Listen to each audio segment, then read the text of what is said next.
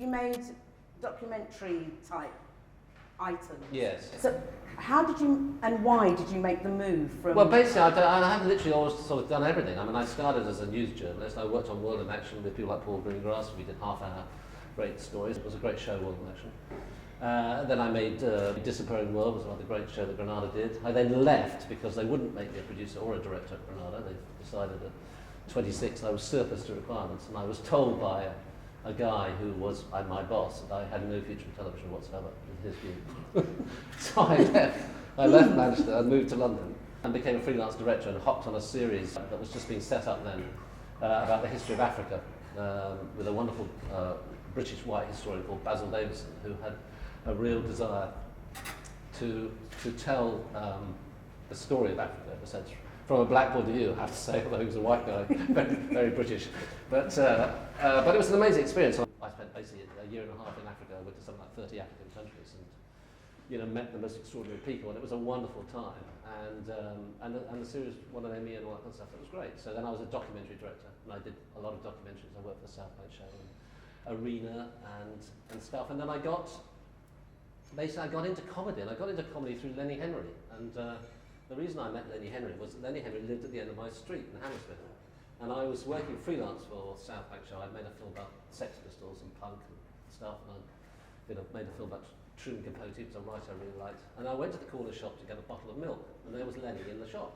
At that time, this was about 1987, 88, Lenny was just withdrawn French, and he was really interesting because he had started as a very young stand-up, 15, 16, sort of aping white comedians. So he had this very strange set where he did a sort of set about white type, my mother-in-law type stuff, and yet he was a black guy. Obviously, he was from Birmingham and Dudley, and he wasn't drawing from that at that time. And then that comedy in the late 80s had this sort of explosion of new comedians coming in, which Lenny got involved in, partly through Dawn, but partly because he was that age, and he could see that this was clearly much more interesting. This was much more rooted in the reality of Britain in the 80s, the Thatcherism and all that kind of stuff that we were all dealing with.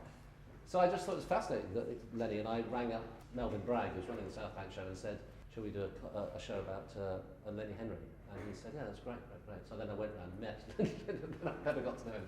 And I loved Lenny. I thought he was fantastic. We spent a lot of time together on the road. We made the South Bank Show. And in the South Bank Show, I said to him, shall we go to America? How about going to the States and doing a set in New York, which he'd never done.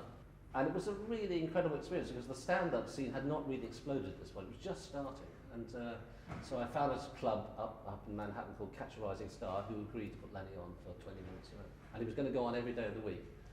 And then we were going to film the end. And the first night he went on, and I was just getting used to comedy, because I've watched Lenny get up, and he died horribly. And I suddenly thought, blimey, there's nothing as exposing as standing with a microphone in front of a live audience trying to make them laugh. But what the extraordinary thing is, over that week, Lenny wrote a new 20-minute set, and he wrote it about what he was experiencing in Manhattan at that time, which was being a big black British guy, and he's big Lenny even, and people can never get over the fact that when he would bump into people in Manhattan, he had this incredibly English accent, which at the time, it sounds a bit odd now, but 25 years ago, as I guess it was, people were very, very surprised. So that became the basis of the set. By the Friday and Saturday of that week, he completely knocked it out. It was absolutely amazing. Wow, okay. So then I made a movie with Lenny. I went on tour with Lenny. We filmed his live show at that time at Hackney Empire, which was good.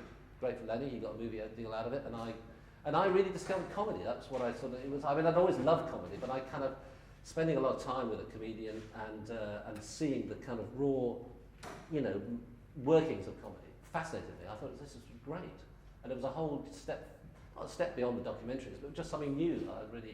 So I found it fascinating, basically. So then around that time I met Jonathan Ross, and he turned up for a British Telecom infomercial, and this young lad turned up and said, "Oh, I'm Jonathan, and this is my mate Alan." Anyway, we shot this thing, and then at the end of it, Jonathan said, have you ever seen the Letterman show? I said, yeah.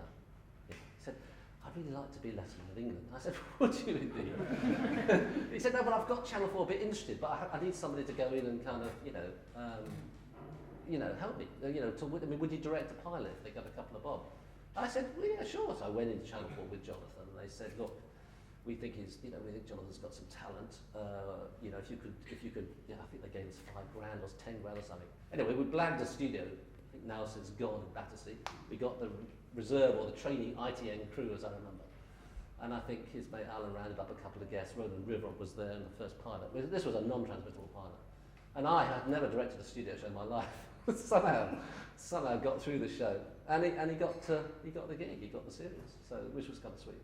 So that was Jonathan off in a row. And I worked with him for a while. I didn't do the chat show because I wasn't really interested in that, but I worked with him on a whole series of documentaries about film directors, weird film directors that we were really interested in. We had the same passion for B movie directors, basically.